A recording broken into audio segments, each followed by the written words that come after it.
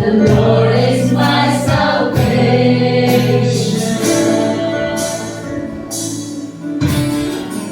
My hope is hid in the Lord. He flowers promise of His word. When winter fades, I know spring will come. The Lord is my salvation. Singing times of waiting, in times of waiting, times of need. Yes, Lord, you are there for us. When I am lost, when I am weak, I know His grace will renew His face. The Lord is my salvation. Sing, who is like the Lord? Who is like the Lord our God? Strong to save, faithful in love. My debt is paid, and the victory won. The Lord is my salvation.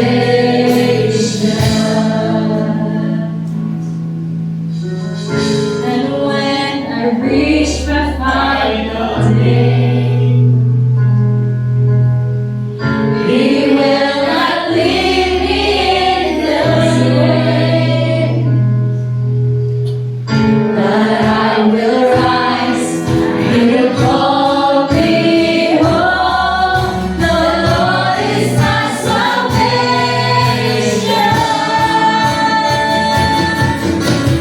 Who is like the Lord our God?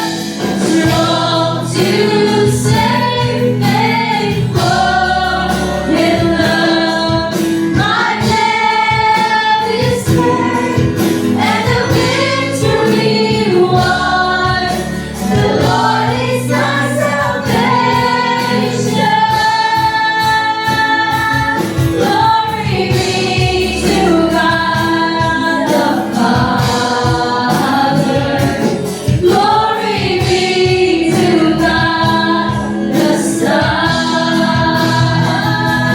Glory be to God the Spirit. The Lord is my salvation. Glory be to God the Father. Glory be to God the Son. Glory be to God the Spirit. The Lord is our salvation. The Lord is our salvation. The Lord is our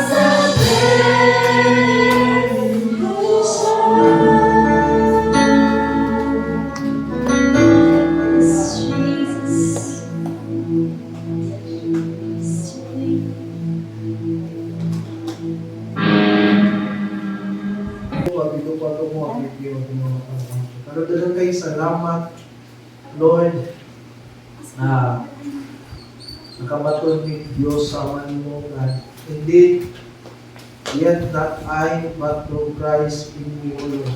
Wala kini laing pataas, Lord, pasigaron mo ni kinaga si Kristo lamang sa mga pinabuhi. Ni ang itungod ni Kristo, nagtapong itungod ni Kristo, amo ni gibuhat nga muna alang sa himaya ni Kristo, Lord. Unang salamat sa kayayunan na ni mga orasa makapadayon ni. Bisan ni mga orasa na makapadayon ni sa pagtuon, ito pumalandong si Bupo. Ampo ni na andamon mo yun, Diyos, ang makasing-kasing mo na nabudawat sa spirituhanong panalangin kanino Ginoo. nagis mga pagpadayag, pagpakistorya, pagpanudlo mo Diyos gikan sa iyong po. Bisan gani ako nga imong Diyos nga lagad, Lord, natampo ko nga magamit ko nimo ugad. Nadunan yun kay pagpakikistorya ni paabot Ginoo. And Lord, natampo ko nga yung malaming Espiritu mo'y maghahang yung kinabuhi ako. Lord, na mapaabot yung katuyuan sa imong pulong ni kahapon. Ubanin mo yung Diyos, ikan sa pagsugod, hanggang may matapos.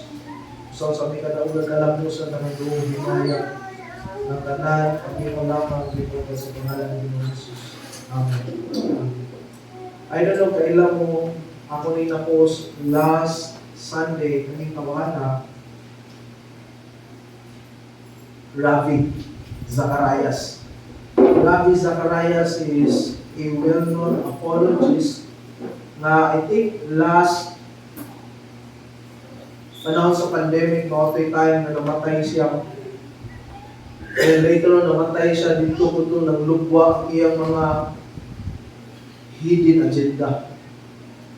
Daghang mga nanlugwa na istorya na mo niyang ipangbuhat. And hindi, nakamatunan yung naa siya mga tinaguan na dito lang na ibaw at human siya namatay. And we don't know, say, kalit naman ko, lagsipugugay siya doon, kalit na siya sakit, namatay doon, magbutay. And most probably, kasi ikuha na siya sa Ginoo ba? Kay grabe ka skandalo yung mga nabuhat. Grabe ka skandalo ang mga sa na hindi napataguan. Na later on, magamatay niya i-expose sa Ginoo. Namatay na lang. Wala na tayo hilayin sa Ginoo na makapatay, namatay, ikuha na sa Ginoo. Another man na kailangan ni Steve Lawson. Steve Lawson last year na-expose na siya affair so sa kawoman. 5-year affair. And motong nahibawaan siya kay ang papa sa babae, mutukan naman.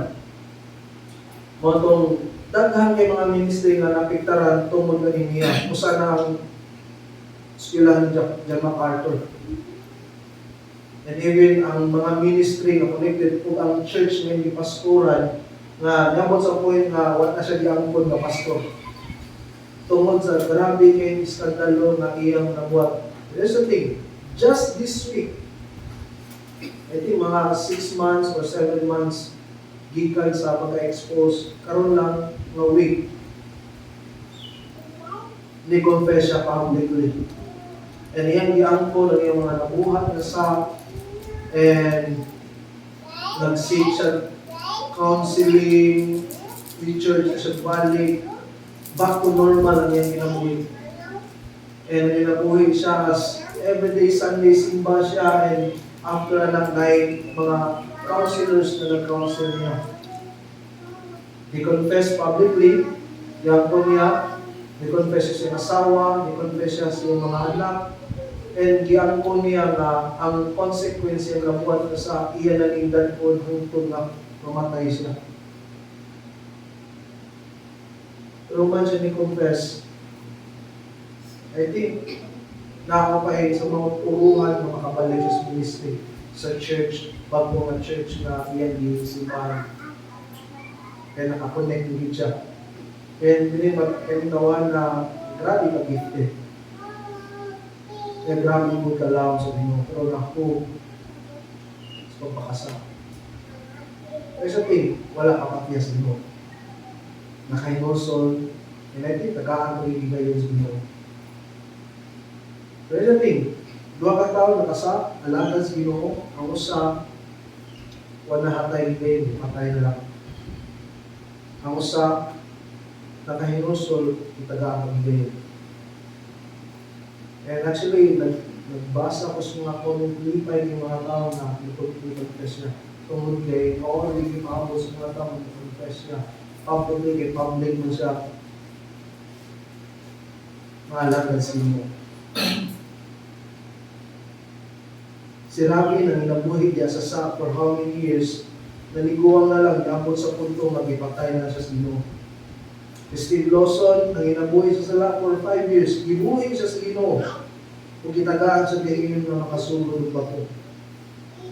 Nirepent siya publicly and isugod siya o bangko niya sa Ginoo. Na nagtuon, dili ni Iglayo sila itapok nilang Elimelech. Kainong mo? Nga sila Elimelech, uban siya mga anak, gipatay sila. Elimelech, Malon, o Kilyon. Kaya nakasala sila for at least 10 years. Ang ilang sala, disobedience sa Ginoo. But the good thing is that kung naay gipatay, naapoy, gihatagan ng chance sa Ginoo na mabuhi. Ug mao ni sila si Naomi, si Ruth, o si Orpha.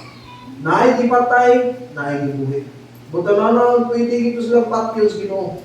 Pwede ito sila uwakon sa Ginoo. And the Exxon, patyos Ginoo sa Ginoo itong pasaway niya. Pwede ba nang buhaton sa Ginoo? Pwede ba yun? Apa nang magpaubos, umuilan niya na Diyos sa tagang sa Diyos at gulaing kahigayunan, mamakasugod at bago. Amen? Kung magpasaway, papauligon na sa Ginoo. Sa lahat na bahay, katong mapaubos, may lusol, kataga gigayon na pasugdod at bago niya sa Ginoo. Makasugod o balik. Makasugod ko. So, dili ka magduga at tutas pagtuon sa itong isugdan na series sa Book of Ruth. And ako ni Biluan kong pagtuon this afternoon, start anew in God. Start anew in God. Pagsugod o bago yak sa Ginoo. Ruth chapter 1 verse 6 to 22. So, this time, mamarog ta. Ato ning basahon kini nga bahin sa Ginoo sa puso sa Ginoo. Medyo taas ni siya, Bible reading sa karon. Kasi wala nga Bible reading ron. Bible reading taas ni siya ato ning basahon. Luke chapter 1 verse 6 to 22. At the count of 3 dungan tagbasa ng Exod 1, 2, 3. Nakabalita si Naomi nga gipanalanginan sa Ginoo ang iyang katawhan. Pinaagi sa paghatag ng ilang maayong ani. Busa nangandam siya pagbalik sa Moab, uban sa iyang mga umagan.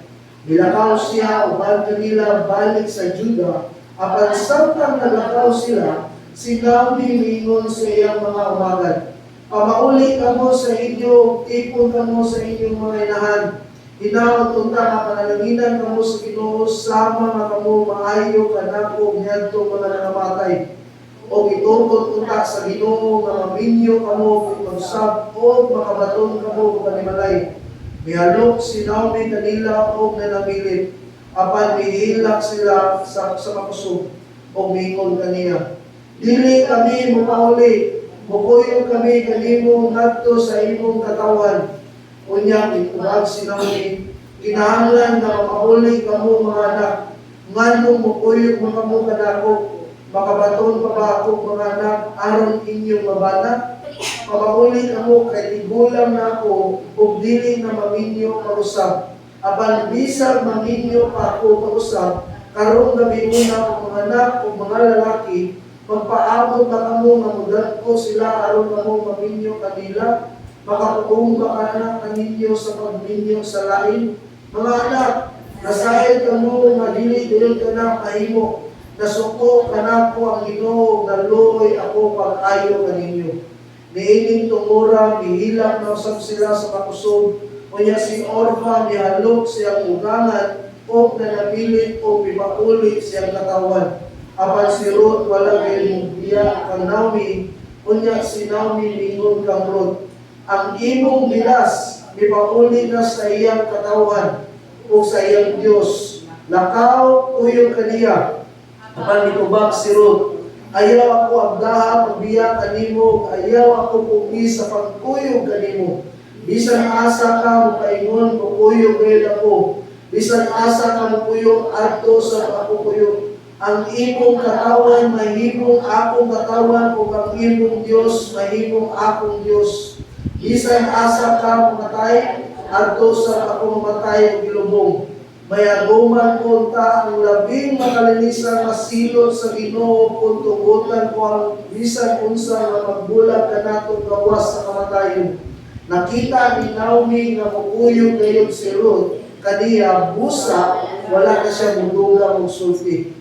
Unya mipadayon sila paglakaw hangtod nga miabot sila sa Bethlehem. Nakalipay ang tanan sa pag-abot nila o ang mga babae ningon, si Naomi ba ini? Mitubak si Naomi. Ayaw ako daw Naomi udili mara kay ipaantos ako pag-ayo sa labing kamahanang Dios. Sa pagkikay ko dinhi naghanap ko kaptangan apan wala ako inahon nga ipapauli sa Ginoo. Busa anong taon man ako balipayon nga gihukman ug ipaantos man ako sa Ginoo nga labing gamhanan.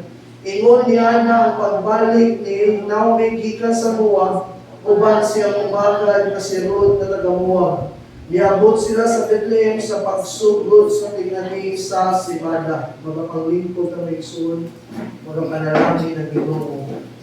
Kung nakailunggo sa kapagto last Sunday, atong natunan ang makasusubok na nahitabo sa pamilya Elimelech na diin. Nibiyahe sila padung sa Moab. Kay naay dakong kagutom na nahitabo sa Israel. But to their surprise, imbis malikay sila sa problema, trahedya hinuon ang nahitabo nila sa family. Murag biyaheng kamatayon ba? Biyaheng kamatayon. Nangamatay silang Elimelech, Malon o Kilion, ilang hinungdan kay tungod sa ilang disobedience sa Ginoo. Mao ni ang will nila Israel. And guess what? Ngadto sila og Moab. Kaaway nga nasud sa Ginoo. Imbes masulbad ang problema ngadto sa Moab, misamot tinuod. Amen?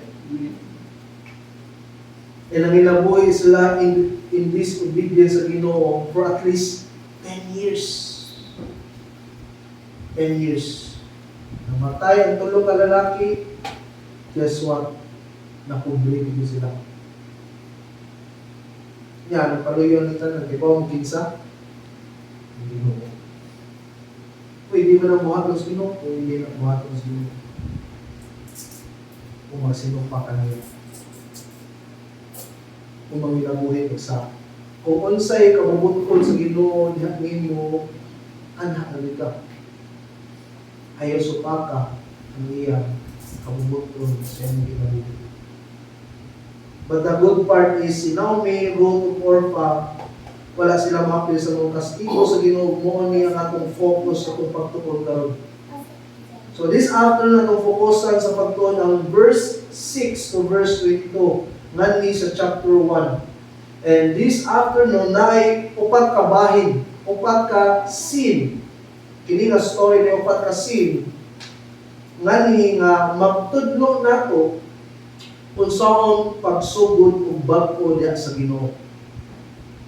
Again, naay upat ka bahin ani nga magtudlo nato kung saan pagsugod ug bag-o diha sa Ginoo. Again, gikan sila sa tragic nga pangitabo. Namamatay si Elimelech, Malon o Kilion, and guess what? Mubalik sila sa Israel, nasugod yung bago. Back to zero. Amen? Back to zero. Anong kainundong ko sabihin sa ilan ng mga spiritual father sa prisuhan na kaning mahug ka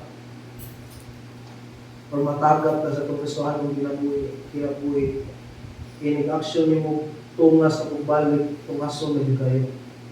Lisod na yun kayo balik. Ngunang grasya na lang yung Diyos nyo at kung natagap, makabalik na yun. Nako na to? Kay dili ing anak kadali kung gusto ano labi na grabe kay mo nabuhat. Amen? Amen. So, upat ka bahin nga magtudlo na to unsaon pagsugod ug bag-o diha sa Ginoo. Unsa man ni? Number 1, may imong pagabuhaton. Recognize God. Mao ni ang unang gibuhat ni Naomi siya nagsugod sa bag-o. Amen? Amen. Verse 6 to verse 13. Dili niya ito basahon tanan, but tanawon na rin kanang highlight na kung hopefully makita ninyo. Verse 6, nakabalita si Naomi nga gipanalanginan sa Ginoo ang iyang katawon pinagis paghatag kanila maayong ani busa nangandam siya pagbiya sa Moab uban siya mga umagad. Milakaw siya uban kanila balik sa Juda. Later on sa verse 30 sa last part niyo siya nasuko kanako ang Ginoo na luoy ako pagkayo kaninyo. So ani makita nato ang lakang ni Naomi nga mobalik siya sa Moab. Gikan sa Israel ato Moab, gikan sa Moab, ganahan siya mobalik sa Israel. Guess what? Ganahan siya mobalik sa Israel kung kinakadungog siya ang Ginoo ipanalanginan ang Israel. Ipanalanginan ang Israel niya. Luban niya si Ruth o si Orpha. Hindi makita nato nga si Naomi niya. Si Naomi itself klaro yung kaayo ipapakailas mo. Nadi kailan siya kinsa Ginoo. Pagkadungog niya, nabibisita ang Ginoo, gingon din nga naghatag og maayong ani ang Ginoo siya katawan sa Israel. Wa siya maglangan. Balik din siya sa Israel. And later ningon siya, suko na akong Ginoo. In other words, here's the thing. Kailan gisulod kinsa Ginoo? Kay bawo siya kinsa Ginoo, kay bawo siya unsa gid ang Ginoo. So, tanawon ta ni verse 6, gipakita ani nga si Naomi nakadungog sa balita sa Ginoo, nibisita sa ilang nasod ug nagpanalangin sa ilang nasod. Pinagi paghatag o pagkahaon ug morning wala siya magdugay, paki uban siya mga umagad. And here's the thing, ang inungdan nga naaghat si Naomi nga muuli pagbalik sa ila dili kay naghatag ang Ginoo panalangin. One of the reason nga mubalik siya, I believe, tungod sa Ginoo. Pagkaibawan niya nga mubalik ng Ginoo, pagkaibawan niya nga ibisita ang Ginoo, kani siya ulit ako. Enough na niya nga manginabuhi ko din sa Moab nga nailawom sa kasuko sa Ginoo. Kasabot siya ng suko ang Ginoo niya. Dili kay ganahan siya ang muli na lang sa ila kay wala na siya ayo kundi tungod sa Ginoo. Kay nakadungog siya nga gipanalanginan sa Ginoo ang katawan sa Israel. And may ang inungdan na niuli si Naomi tungod gyud sa Ginoo. Kaya gilang Ginoo sa iyang kinabuhi. Pagkadungog niya na Ginoo bisita nagbalik sa Israel, i-bless na niya iyang katawan, and siya mismo kay bawo siya nga nasuko ang Ginoo na muli na lang ko. Balik na ako. Sa lain nga ba, makita nato nga nibiyahe si Naomi uban siyang duha ka mga umagad pabalik sa Israel, pabalik sa Bethlehem. Apan si Naomi yang gipugos o papauli na lang silang Ruth o Orpha kay dili naman siya makaanak pagbalik aron mo ilang mabana. There's the culture of Israel. Ang kultura sa Israel, so ning Marlon niya, ako na kay asawa, kung na siya na to, niya mamatay ko, si Marlon, obligado siyang mangasawa sa akong asawa. Kaya mo ni may kabo, kung mamatay si Marlon, niya wala may anak, ang katong babae, na akong asawa, magpaabot ko siya na makaanak to ang mga magpapa, balik lalaki, aron mo ilang himong bana. Wala ningon din here's the thing, wala ningon din si Naomi, Hindi na pwede. Mga anak, balik, makapabot din mo din. Naba na to? Naba na to? Uli ko sa inyo Nanginaot ko nga makabana mo, nanginaot ko nga ipahilun na ko sa Ginoo na to. Uli ko sa inyo Giapog niya to kay dili siya ganahan. Di siya ganahan na si Ruth o si Orpha maapis kasuko sa Ginoo. Later on, hingon siya na suko, anak ang Ginoo, laloy ako pag-ayo kaninyo. Mainly, ang ikasukan niyo sa Ginoo sila nga pamilya. Pamilya Elimelech. Tungod kay nanginabuhi sila sa pagsupak niya sa Ginoo. And gani nga tayo, gusto niya papaulion si Orpha o si Ruth tungod kay di siya gusto maamong sila. Again, basta na isa, naagi among. Kung basahon yung Bible, kung naisa lang na may involved, na ginay consequence. And usa sa consequence na may tabuan ng mga tao sa palibot na among. Ikaw, muani ka, maamong ba itong mga tao sa palibot? Kay nung ako na share sa Ikan. Si Ikan, simpura kayo gikuha niya, namuha siya gamay ng mga quote-in-quote, mga bahandi, bulawan. Kung sa pa ito gikuha. Gitaguan niya, napildya mga Israelite, pag-atake nila sa nasud sa Ai. Kamatyan din sila. And ingon si Joshua, ano ni Lord? Ingon mo, mudaog ni. Dahil di malagi ni. May nakasakin niya. And later on, pagkahibaw, kasi Ikan, ang iyang pamilya, apit iyang hayupan niya. Itabangan ng bato. Ipatay sila tungkol kay Sugos nito. So, nakasama pamilya ni Elimelech niya, usa sa ikasukan ko sa Ginoo din si Naomi. O na si Naomi, iyang iabong ning duha, niya ka umagan uli mo sa inyo uli mo sa inyong mama. Di na ko makahatag kung babana ninyo kay iluwang na ko. Yo, ako dito bana. Amen? So ultimately, kung tungod ni makita nato ang pag-ila ni Naomi kung kinsa bilang Dios, na diin siya mismo kasabot siya o kay bawo siya ng Ginoo, mo'y nasa luyo niining na itamo nila. So ultimately, giilag yun ni Naomi ang Ginoo siyang kinabuhi, ug morning gikinahanglan nato nga buhaton una sa tanan panahon nga makaagi kag mga pagbunal sa Ginoo, pagbadlong sa Ginoo, pinakauna gyud nato nga buhaton nga buhaton ang ilhom binato ang Ginoo. Again, si Naomi klaro niya siya magaling kinsa ang Ginoo.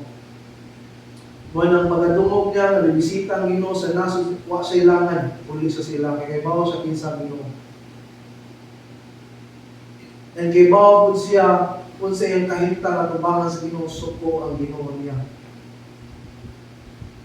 O nang kasabot sa kinahanglan kung muli tungod kinaap sa situation nga nasuko ang Ginoo na ako sa kahintang na disobedient ko tubangan sa Ginoo. Sibat siya pabalik sa Israel. So again, there's a thing, ang ganahan na magsugod ba ko diha sa Ginoo. One of the things na kinahanglan natong katunon is ilhom din natong Ginoo sa atong kinabuhi. Lord, wa gito mahimo. Ako pag-iila ng akong Ginoo sa akong kinabuhi. Si kailan nato ni Nebuchadnezzar. Si Josh. Majority na ito kailangan ni Nebuchadnezzar. Nebuchadnezzar is siya ang king sa Babylon. Iba mo sinita mo niya? Mabasa rin sa Book of Daniel. Nabot sa point nga grabe na siya nga gamhanan siya pagkahari. Daghan na siya nasakop. Nabot siya sa point nga ni-boast niya sa kagalingon. Gawa siya sa palasyo. Nang hapbog siya nga kining tanan. Ako ani.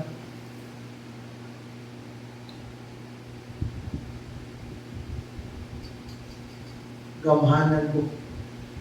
Kiyaan ko niya tanan nakadaugan, ihambog, ipangambog niya yung pagkaligid. Di ba mo sinita ko? Bilisuan siya sa Ginoo siya nito. Yan sa bilisuan siya for 7 years. Nahimo siya magmananak. At ubangan din siyang palasyo kasi siya kaon mo sakbo. Mura siyang buang. Buang yun. Bilisuan na siya. After 7 years, ipaulian siya sa Ginoo. Hindi ito, iyan bilang Ginoo, iyan simbahin. Naulian siya.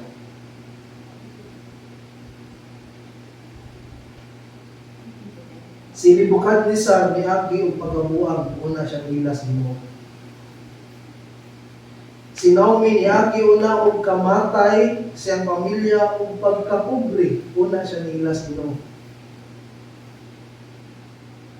Ikaw maniya nga ni kanus ang kamuilas Ginoo.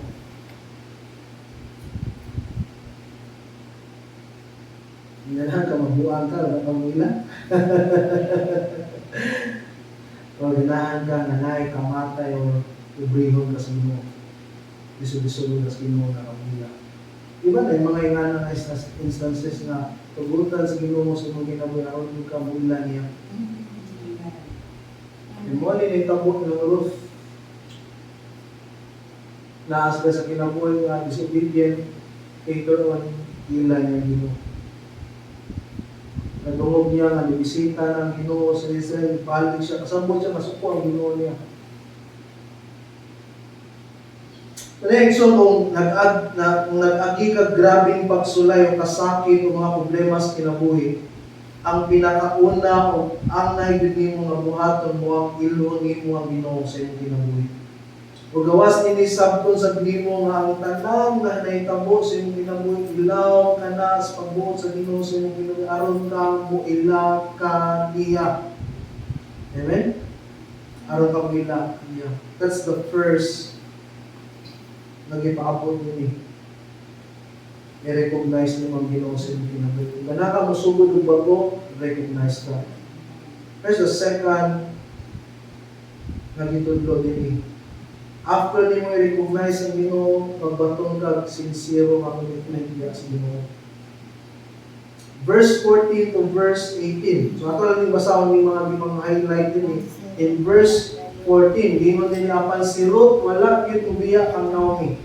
Verse 16, apan itubag si Ruth, ayaw ako agda, pagbiyak animong ayaw ako pugni, sa pagpuyo na mo, bisan asa ka mo paingon, mupuyo gid ako, bisan asa ka mo puyo, adto sa kapupuyo, ang imong katawan na imong akong katawan, o ang imong Diyos na imong akong Diyos, bisan asa ka mamatay, adto sa ako, mamatay o ilumog. May aguman kunta, ang labing makalilis ang nasilot sa inukutugutan, kung bisan unsa na makabulag na nato, gawas sa kamatayon. In verse 18, mupuyo gayon si Ruth. So verse 6 to verse 13, makita na ito nga, kung nakita na ito, nabasa na ito nga, silang Ruth, Naomi, o si Orpha na makwit sila gikan sa Moab pabalik sa Israel. She's pamilya ni Elimelech. And particularly, kini silang tulo. Kaya nakadungog si Naomi na nibisita ang Ginoo sa Israel. Kung gani, di ka na si Naomi nga muuban nila si Ruth o si Orpha kaniya. Kaya nakasabot siya na nasuko ang Ginoo nila as a family mo nang dili siya ganahan na ma-appeal sila sa kasuko sa Ginoo. Apan si Ruth, makita nato in verse 14, posigido din siya nga mukuyog ni Naomi. And mainly, nani sa atong text, makita na to, verse 14 to verse 18, makita na to nani, kung unsa ka committed si Ruth kang Naomi. As iyang ugangan, ngang kamatayon ramoy makapabulag kanila. So ngani, makita na to, kung unsa ka firm ang commitment ni Ruth towards siyang ugangan na si Naomi. Now, which is, mo po ni angay, mo ni angay nga ma-learn ni Naomi kaya ang ilang pamilya, ang ilang pamilya ni Ruth or ni Naomi, ang ilang pamilya ni Elimelech, dili sila firm aning area.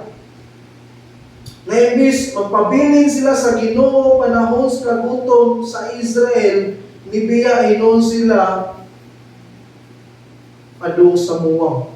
Pagpadayag sa ilang walay klaro nga commitment niya sa Ginoo. Again, I think there's a reason na ipakita ni nga commitment ni Ruth towards kang Naomi. And I believe gusto sa Ginoo nga si Naomi makat-on through the life of Ruth kung sa sincere nga commitment. Again, sila nga pamilya, wala sila klaro. Ako na nasuya, wala sila klaro tungkol kay sila sa Israel, gabot o gutom, nibiya. So, why klaro commitment niya sa Ginoo? Amen? In other words, paling-paling. Amen? And later on din, makita na ito nga through the life of Ruth, gusto sa Ginoo nga makapon si Naomi o firm na commitment. And later on, verse 18, nakita ni Naomi nga mupuyo yun sa Ruth, and busa wala na siya maglukan ng sulti. In other words, ipakita yun sa Ginoo si Naomi through the life of Ruth. Unsa yun yung commitment. Kasabot na commitment, di ba? So verse 14, gingon nga ni, nining tumurang, mihilak, nausap sila sa makusog. Unya si Orpha, mihalok siyang ugangan, na namilit o mipauli siyang katawang. Matay, apan si Ruth, ang name nga Ruth na is a contrast emphasis. Walay lain, Ruth na yun. O ang ingon nga wala gayod mubiya, wala gayod mubiya. Sa original translation sa Hebrew, ang buot pasabutan ng wala gayud mubiya, or sa English translation, clang. Ang buot pasabutan na adhesive or glue. So mo, itapot yun si Ruth kang Naomi. Wa yun siya, muukang, wala yun siya, walay bahid sa pagbiya na makita imo kang Ruth towards kang Naomi. In other words, si Ruth kay seryoso siyang pag-unong kang Naomi. E nagpadayan din nato kung unsa gyud ka sincere si Ruth siyang commitment towards siyang ugangan nga si Naomi. O dili lang kay kanara. Verse 16 to verse 17, makita na ito, ang ipadayag ni Ruth ang iyang kaseryoso sa iyang pag-unong siyang ugangan, nalingon siya, kung asa mupuyo si Naomi, sa gingon, adto pod siya, kung kinsa iyang katawan, mo na sa iyang katawan, kinsa iyang Diyos, mo na sa iyang Diyos, kung asa siya mamatay, adto sa siya mamatay, walay makapabulag nila, kung dili ang kamatayon ra. And muingon ko nga talagsaon kaayo ni ingunani ka strong o commitment. Knowing nga wala na inahot si Naomi. Pobre na yung ugangan na si Naomi. As in, pobre dyan kayo, zero balance. And humanly speaking, kung ang tao wala ni gamit, o wala ni kakabang na to, kasi kasagaran ba ang tao? Ha? Biyak. And honestly, kitang tao, wala kang giyong kamo ha? Nasa may naiayo adto, kung wala ni ayo, biyaan. Kapag nga ni, makita na to, nga bisan o way ayo, o pobre na si Naomi, giulungan siya siya umagan na liin, bisag hangtod pas kamatayon. Amen? Bisag paghangtod sa kamatayon. What a commitment. Lunod patay ang commitment. Patay sa kagalingon, buhi sa mga katayuan sa Ginoo. So padayon tayo, verse 18, ingon niya ni, mukuyo gayud si Ruth kaniya. Ining word na mukuyo gayud sa English translation, determined, is a contrast emphasis na ambot pasabot sa Hebrew ni firm. Grabe ka, strong, sincere, si Ruth sa iyang desisyon nga mukuyog yun. Muban yun ni Naomi. Seryoso si Ruth nga muban yun lang Naomi. So, three things nga ipakita na kinaiya ni Ruth in the context of commitment. First, ipakita niya in verse 14 ang iyang act of commitment. Nga, inunong siya. Second, ipakita niya in verse 16 to verse 17 iyang seriousness sa iyang commitment. Seryoso siya. Dili siya paling-paling. And third, in verse 18, ipakita niya ang heart ni Ruth sa iyang commitment. Ang iyang act, iyang seriousness, o ang iyang heart sa iyang commitment. Nani, makita na ito, nga nakakita si Naomi ninis, kinabuhi ni Ruth, nagtuo ko nga mooni, kinahanglan nga makatunan ni Naomi siyang pagsugod o bag-o diha sa Ginoo. Amen?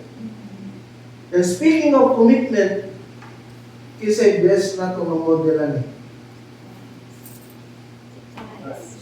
Jesus Christ.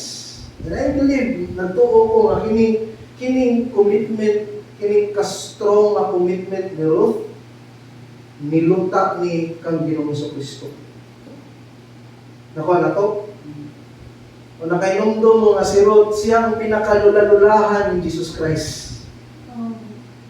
Amen? Pinakalula-lulahan ni Jesus Christ. Ruth, Boaz, ang anak si Jesse. Niya Jesse, David. David, niya ni David, Jesus Christ. Nakuha na to? Pinakalula-lulahan mo na ito kung akini nga sincero niya, strong na commitment ni Ruth, niluta ni Jesus Christ. Kaya si Ginoong Jesus, kung tanawa na ito ang iyang kinabuhi, straightforward siya sa gipabuhat samahan kaniya. Gikan sa pagkahimugso, hangtod yun siya namatayon. And may punto ay sama ang commitment ni Ginoong Jesus, na willing siya nga ihatag iyang kinabuhi ngadto sa krus, sa Kalbaryo, sa ting, alang nimo nako nga makasasa. Kaya sabihin, bilongan lang, pwede rin na dili sacrifice ni Ginoong Jesus yung kinabuhi. Nani na to. Kaya ultimately, wala mo siya makuha na to. Amen? Naaba, wala siya makuha na to. Mga watay na hot. Mura-mura tas Naomi. Amen? Watay na hot. Wala siya makuha na to. Kaya tanan iyahaman o dili po mawala ang iyang pagkaginoo kung dili taniya luwason. Magpabilin na yun siya ng Ginoo. Munang pasalamat ang abisan sa wala pabuhatang kalibutan planado na tanan sa Dios o gani willing din sa Ginoong Hesus ang mahimong sakripisyo alang nimo, alang nako. Straightforward si Jesus Christ ani nga commitment. Amen? Try to imagine, katulog yun siya, nagpahibaw sa mga apostoles, mamatay ko, mabanlaw, mamatay ko, mabanlaw. Kay bawo siya. Committed siya ani nga buhat, pero wa siya moatras. Iya yung gibuhat. Again, sa na po, wala makuha ang Ginoo nato. Sa mata, mga pinuhon ng mata. Here's the thing. Tungod din Ginoong Kristo. Nagkanahay rason ng ginawa. Nagkanahay tumo. Nagkanahay direksyon. Tungod na Ginoong Kristo. Mga as believers of the Lord Himself, dapat yun na, here's the thing, firm yun ang atong commitment niya sa Ginoo. Kung unsa ka-firm si Ruth, mo kung ka-firm ni Jesus Christ, and kita nga mga magtotoo, it must be firm without commitment niya sa Ginoo. And speaking of Ginoo, di gusto ang Ginoo nga paling-paling ka sa commitment, just like what happened sa pamilya ni Elimelech. Yabot lang mo gutom, iya sa Ginoo. Paling-paling. Hopefully, walay nana ako man. Again, ituluan ko sa Ginoo si Naomi kani sa commitment ni Ruth. And again, kung mag-isgot ang commitment, daghanig function. Kung mag-isgot ang commitment, daghanig function. Mga naas ministry, worship team, leadership, bisan sa atong pagsimba, this is our commitment diya sa Ginoo. And again, kini mga buhata, dili ni para nato, para ni sa Ginoo, and it must be tarungo nato atong commitment diya sa Ginoo. Kung sa katarong si Ruth, si Jesus Christ, mo pagtata. And again, gusto ang Ginoo magtarong na sa atong commitment. And it must be nasama gyud kang Ruth ang atong commitment na all out, commitment na walay reservation, commitment na patay sa kagalingon, buhi para sa Ginoo. So again, aron makasugod ang bangko diya sa Ginoo, ang atong baton, first, recognize itong Ginoo sa tulog sa atong ginabuhi. Second, klaruhon na itong commitment diya sa Ginoo. Amen? Sincero with na commitment. Amen? Amen. Katulo, face the reality. Aron makasulog ba ko?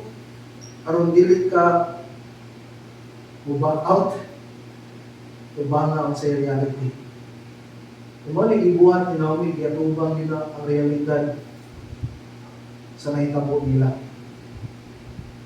Giangkon niya ang realidad sa nahitabo nila sa family. Verse 19 to 21. Ako ni basa ng verse 22, 21. Mitubag si Naomi, ayaw ako tawga og Naomi, kung dili mara kay gipaantos ako pag-ayo sa labing kamahanang Dios. Sa paggikan ko dinhi daghan ang kabtangan apan wala ako'y nahod nga gipapauli sa Ginoo. Busa anong tawag na akong malipayon nga gihukman o gipantos man ako sa Ginoo nga labing duman. By the way, ang name nga Naomi, it means malipayon. Amen? Ang name nga Mara, it means gipaantos. Nama na to? Nga makita na to, naabot silang Naomi, uban ni Ruth, gikan sa Moab, mainly, again, layo kanilang biyahe. Ang ilang biyahe, gikan sa Moab, ang Moab is nasya sa south part, kanya ang Israel, specifically Bethlehem, nasa northern part. So, bibiyahe sila niya for at least 7 to 10 days. Lakaw na. Straight na lakaw. Yang gilayon 60 to 75 miles. Kamu na lang compute. 60 to 75 miles. Layo-layo yun siya. Malakaw.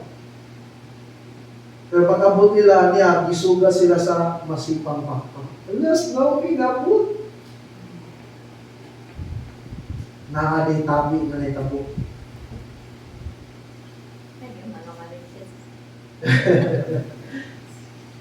Naitabi na naitabo. Pag-abot nila Naomi, makita na to in verse 19, lipay ka sila.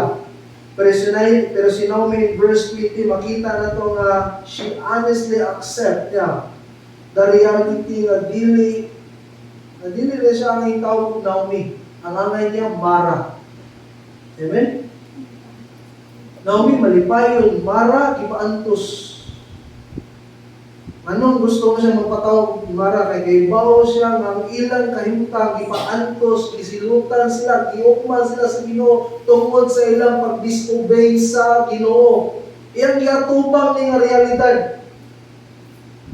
Verse 21, makita na to, magipadayag ni Naomi nga sa paggikan nila, daghan pa silang kabtangan, apan pagbalik niya, wala na siya'y nahot tungod sa kastigo sa Ginoo nila nga pamilya. By the way, kining linya nga gingon din sa verse 21, verse 21 gingon din sa paggikan mo din daghan ang kabtangan.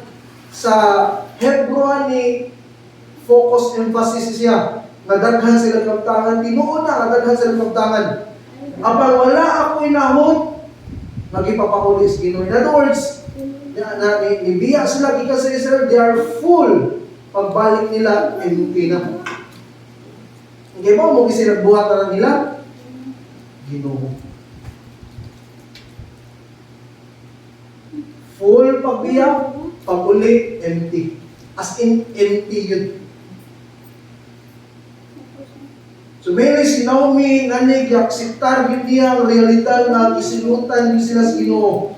E gani, wala yun siya limod-limod, unsa ginahitabo nila nga pamilya na siya mismo kasabot siya nga gisilutan sila sa Ginoo.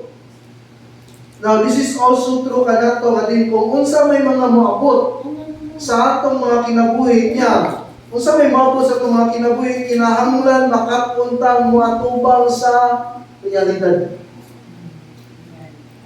Tinuyuan man o dili.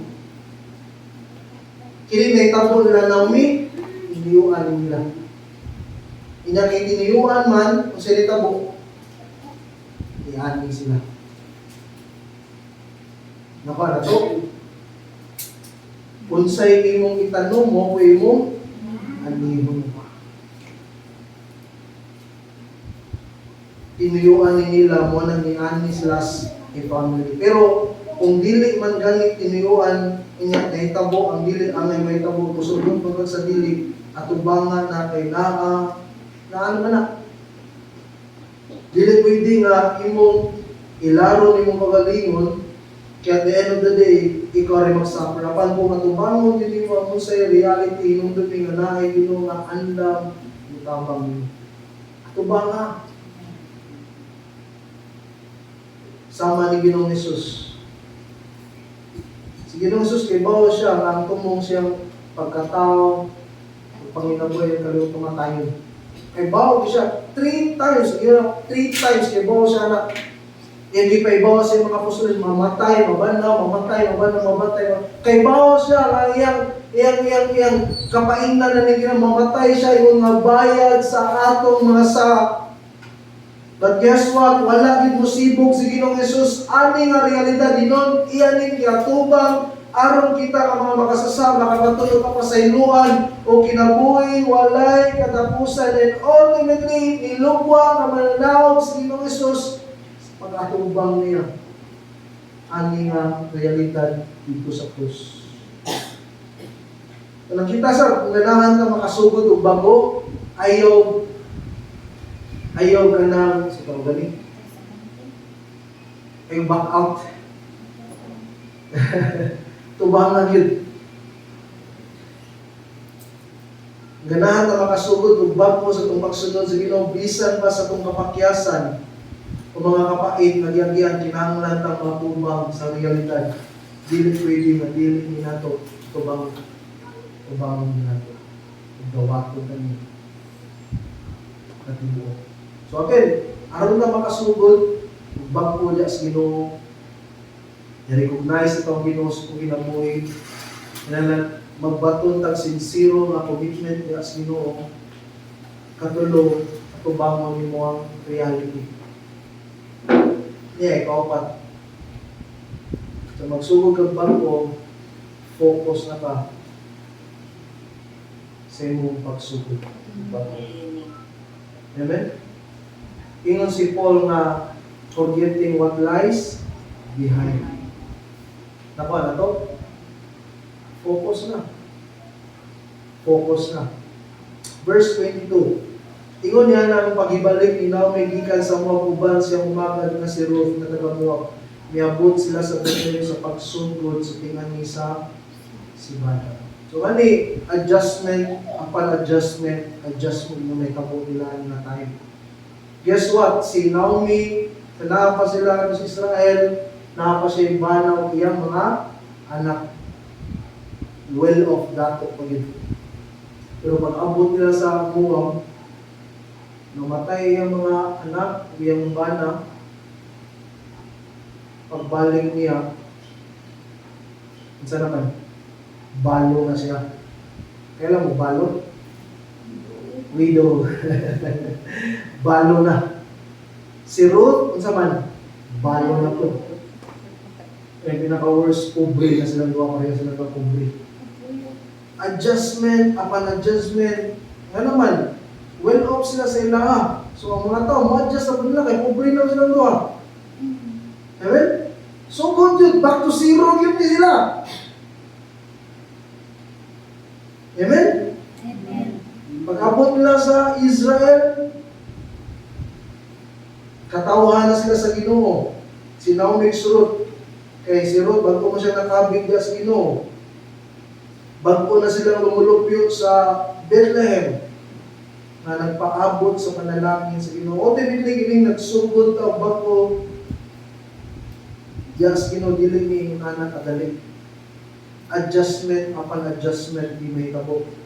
Kay kinahanglan ka mag-adjust sa imong palibot bisan sa bangko nga sitwasyon ninyo. Labi na gyud o gikan ka sa grabe kay nga panghitabo nga di inapay kasakit kinahanglan deal o kaguol nga kinahanglan utngon aron lang nga makapadayon sa pagsugod ug bato.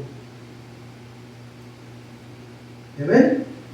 So again, ang kinahanglan lang yun nato mabuhaton aron ka makasugod ug bato gikan sa grabe nga panghitabo this morning, i-recognize nimong Ginoo, sincere commitment, tubangon nimong realidad, focus ka sa imong pagsugod yung bago. So again, sa mga grabe o giagian sa ilang Kristohano nga kinabuhi, dili pa ulahin tanan. Pwede pa gyud makasugod og bago sama ni Naomi. Huwag ingon man sa mga buot magsugod og kinabuhi, bago nga kinabuhi, yes, kinuwala ka kay lahing buhaton mo dili muduol ka sino. Aron ka makasugod og bago nga kinabuhi diha sa Ginoo.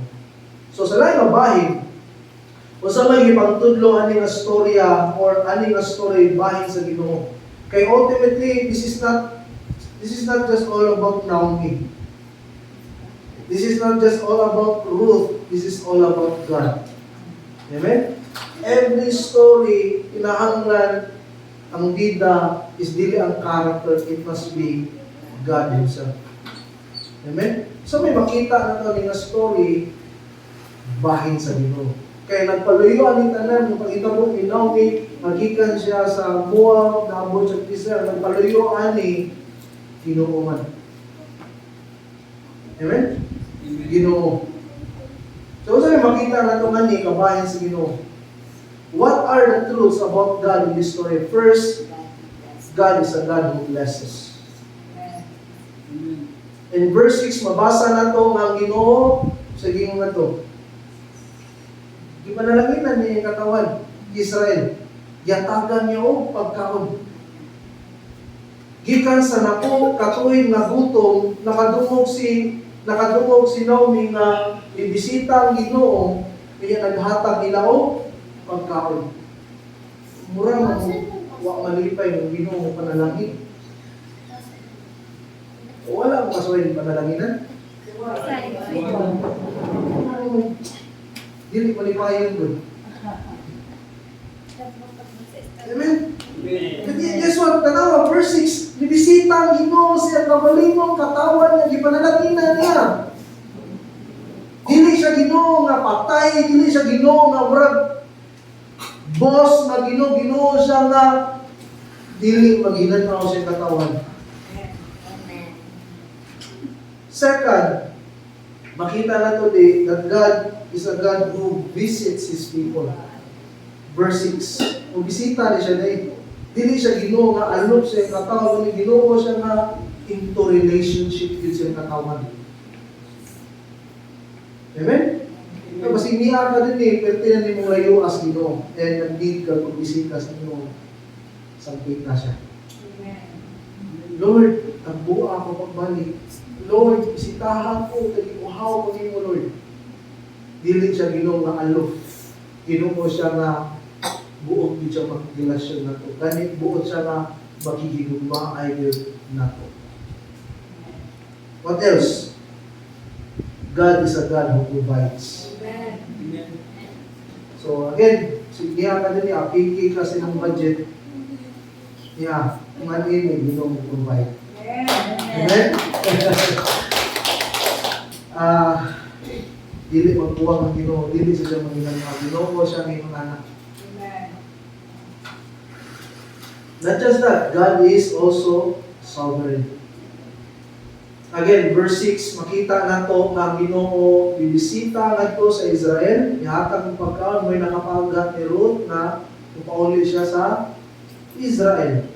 So again, mo nagtukmod ni Ruth na ni Naomi nga mapauli sa Israel. Later on, again, luyo sa aning nga pangitabo, kasabot ko si Naomi nga nasuko ang Ginoo niya. Mo na usa sa sayungdan na niuli siya sa Israel, nasuko ang Ginoo. Later on, makita na to kasabot yun. Kasabot yun si Naomi nga gipaantos, gisilutan, gihukman sila sa Ginoo. And kasabot si Ruth na nagpaluyo sila, kahimtang silang kinabuhi niya. Kasabot siya na luyo sila kahimtang Ginoo. Kaya sa tingin, na makasabot na sobre ng Ginoo sa tagsa-tagsa na kapakinabuhi. In control siya sa atong mga kahimtang. Ang nagpaluyo sa imong kinabuhi karon, walay laing Ginoo. Amen. Amen? Kung sa kayo mong kahimtang karon, nakakaluyo ang Ginoo at nagpaluyo. Amen? Amen. Not just that, God is a God of grace. Amen. Again, gikan sa grabe nga tragedy ni Entrada, pag-abot ni Ruth ug Naomi, ni Entrada sila Entrada sila sud sa Bethlehem nga bagong ani. Napala to, knowing na zero na sila. Knowing na pobre na sila. Isa may mo provide nila. Ginoo ra yun. Amen? Gracias, Ginoo. Amen? Wala ko sa libana, provide lang. Provide na lang yung nila Ginoo. And by the way, ang Ginoo, doon kayo siya sa mga widow, mga orphans. Pinangga kaya sa Ginoo. Nakuha na to. Mo nang dili kita patak yama ang mga Kristiyanon na mga balo. Ito yung pinangga kaya sa Ginoo. Isa itong mga, basta balo, pinangga kasi mo dili gusto ang Ginoo nga imo na sila ng lockdown. Amen. Amen. Not just God of grace, God is also a God who judges. Mukog siya. Musilog siya. As thing, kung man madungan ka rin bahay sa Ginoo siya na may gumawon, maluloyon, puno sa grasya, mukha niya kung may ilang Ginoo, mamili, Ginoo siya na musilog yun. And kasabot si Naomi ana, pagisilutan ko, gipaantos ko, gihukman mis Ginoo, kay bawa siya, nga nanginabuhi sila sa disobedient sila sa Ginoo for 10 years. Mo nang gisilutan sila sa Ginoo. Kaya sa ting, ang Ginoo, bisag unsa pa ka tubangan niya or katawan ka niya, once na makasa siya, di siya makonsinti niyo. Patilawon juga niya og silot. Patilawon juga niya og kastigo. David, katilaw sa Ginoo. Amen? O uban pang mga alagad sa Ginoo makita na to sa Bible. And not just God who judges, He is a God who leads. Amen. Well, imagine, gikan sa Moab, ipapaulit siya sa Ginoo, balik sa nasod. Balik na. Gigiyahan siya sa Ginoo, bumabalik para makasugod ng bago. Amen. So, in close, ini magsugod ng bago, yes, hindi siya inunan nakadali. Labi na grabe itong atong yagian, kini magsugod yung bago niya sa Ginoo. Magsugod ganit ang bago niya. Magsugod yung bago, ay mag-expect na smooth, dali, hindi magsugod ang bago mga songili. Amen? Amen. Hindi nagapak kag grabe yung nagapak. Ayaw mag-expect na makabarog din ka. tungason, di ka na struggle ka na. Kung wala kang kasoy lagapak, ngay gracias Ginoo. Makapadayon ka. Nabili ka mo lagapak sa iyong kasuhanan. Kasabot mo lagapak? Mahabog. Pagtarong ka. Sa mga nasa worship team, ngay gracias Ginoo nga makapadayon ka. Ngay gracias Ginoo nga dili ka mag-disqualify. Kung even kita nga ni kita ka na kaya nga ni dili ka ka maghatag ug bullying sa Ginoo. Kaya magdasi ko na ito, ang magtarong kita sa kong magsunod ya sa Ginoo kay dili ng anak kadali ang mubalik ka sa sinugdanan sa pagkristohano na kinabuhi. Praise the Lord kung makabalik pa. Amen? Ang kuya, ulit na ka balik. Promote na sa Ginoo ba? Promote na lang ka natin. Amen? Ganahan mo mag-promote? Kasama ko sa mga kuya? Ganahan mo mag-promote? Praise the Lord kung mag-promote ta. May ito mag-promote nga wak ta mag-bullying sa Ginoo. Mag-promote nga nahimot ang Ginoo sa itong ginagawa. Si Rabi, gikuha na lang sa Ginoo kaya nagbabadlong man. Si Steve Lawson, gitagaan ko yung gigayon na makabalik niya sa Ginoo. Na kay Nonsol niya, naseto tanan ang aking siguro. Nung nangayaw, paabutang ako, haon na lang sa Ginoo tungod sa inyong pagpasawa, hinoon, pangayo, gracias Ginoo nga, makasugod ka, ug bago na makampo. Lord, dagang kayo salamat sa inyong imaabot sa inyong puno. Give us all the graces we need to know, Lord. Lord, na makapadayon ni, moen ni sa mong kasuanong pinapunawa, kinbulagapak inuugan. Moen ni sa mong kasuanong pinapunawa, maghatag buling sa nalan. Lord, moen ni sa mong kasuanong pinapunawa, humong ka, hindi may himayan. Lord, lasyahin ni, nabisang panahon na matagap ni, mapakyas ni, makasugod ni pagkulian ni. Just like what you did sa kinabuhi ni Naomi. Thank you for your word this afternoon, and we glorify your name. In Jesus' name we pray. Amen. Marot na kung awiton kung last song. Amen.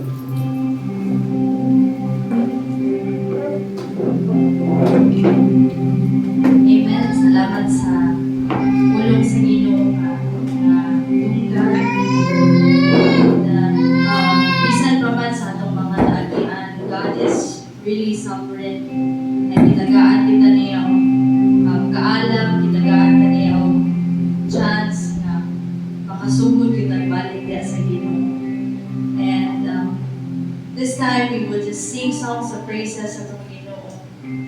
And as we sing this song, atoning ko sa itong kasing-kasing na wala itong prayer na Lord, dili anak ko but through only you, Lord. Amen.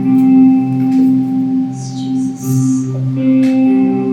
Praise your name, Lord. What gift of grace is Jesus, my Redeemer?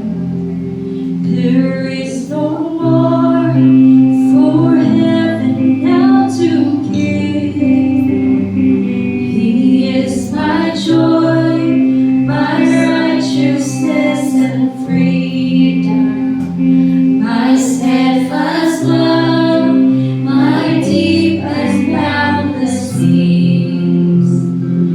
To this I hope, my hope is only Jesus. For my life is only bound to His. Oh, how strange and divine! I can sing all is mine, yet not I, but true Christ in me. Yes, Jesus.